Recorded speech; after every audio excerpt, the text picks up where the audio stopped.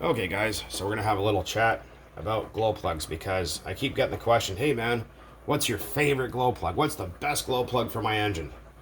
The one that's the correct length. Also, side note, you don't need to change your plug for the weather. Leave the same plug year round. A cold plug won't make it run colder and a hot plug won't make it run any hotter. Warmer to hotter plugs are better suited if you're bashing, screwing around the backyard with your buddies. Colder plugs are better suited when you're near wide open road racing and shit. You don't need them for bashing. It won't make it run any cooler depending on how hot it is that day. Cold plugs will give you a narrow tuning window anyways. So, we're going to try to demonstrate this here as best I can. Let's see.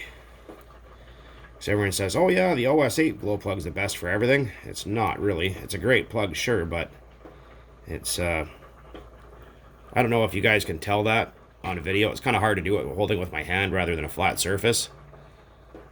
But see how the threads are longer on one than the other?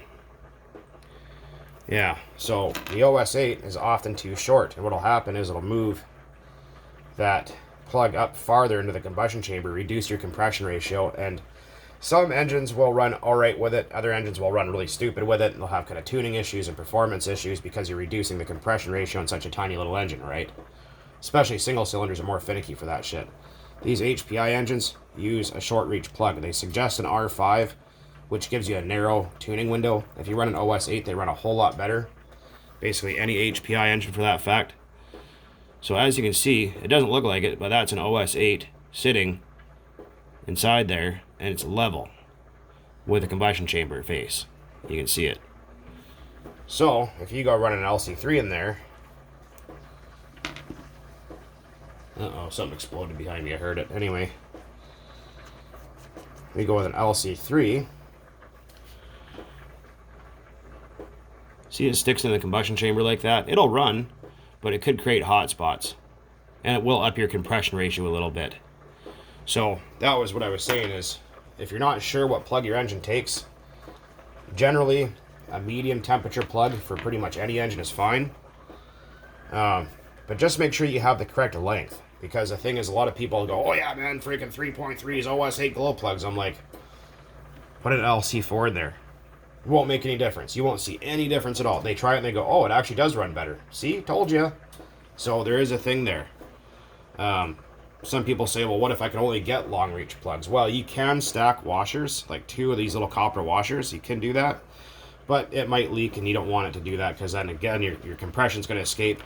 And you can end up burning up the threads inside here, and often these things are quite expensive. So, just something to look at, because a lot of people are going, hey man, what's the best glow plug? What's your favorite glow plug? Well, I have several favorites. I usually run for standard long reach engines, LC3s or 4s.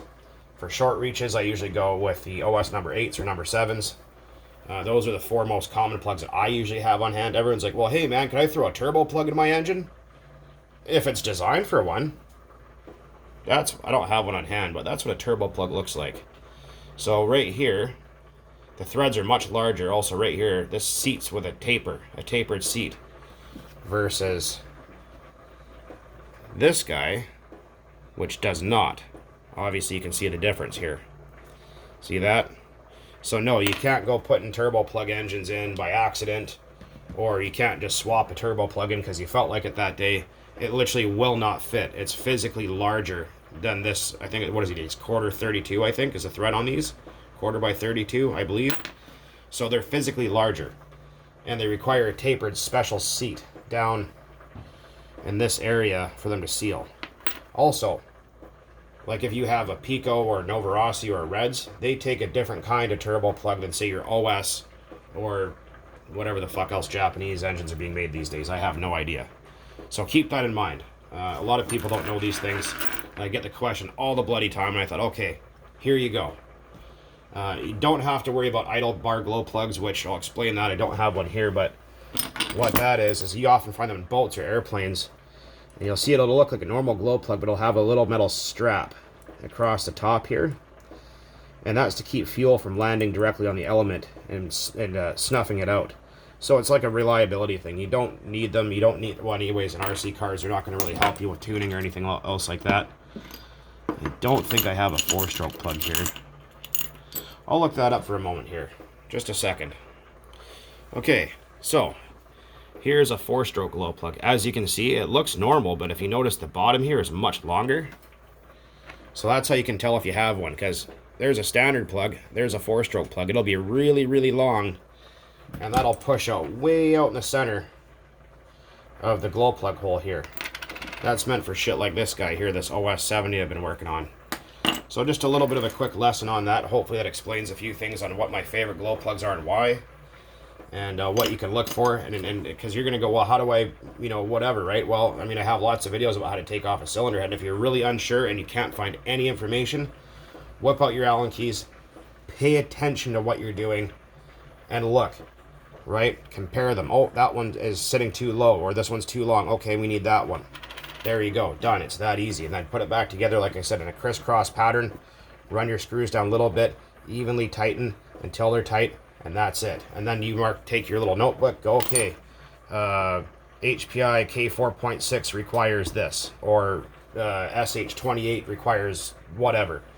You know what I mean? That way when you go to the hobby shop next, you remember exactly what goes in there, and if you come across another engine of the same brand, you're pretty much already bang on. Anyways, guys, hopefully that helps. As always, thanks for watching, and keep on burning nitro out there. Like I said, the weather's kind of shit and raining and kind of muddy out right now, so as soon as that clears up, I'm going to try and get out there and make some footage for you guys, and get a tripod and whatever else. So anyways, guys, later.